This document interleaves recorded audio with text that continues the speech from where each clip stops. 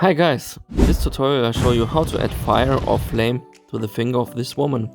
Of course you can also add this flame to any other body part or object if you want. First you need a video with a green screen of a realistic flame and you can remove it with the remove BG function.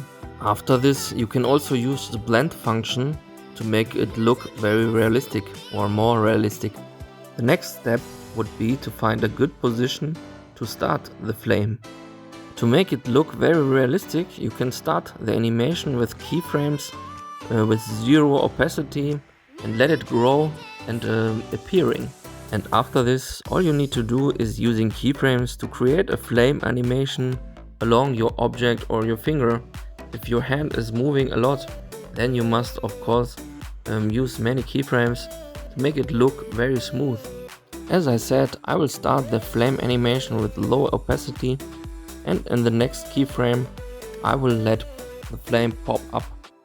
If you never used keyframes before, you might be struggling a little bit in the beginning, but believe me, you will get used to it. To complete the animation, you just need to follow the finger, the hand or the object you want to cover with the flame, and then you are done. Thank you very much, see you next time.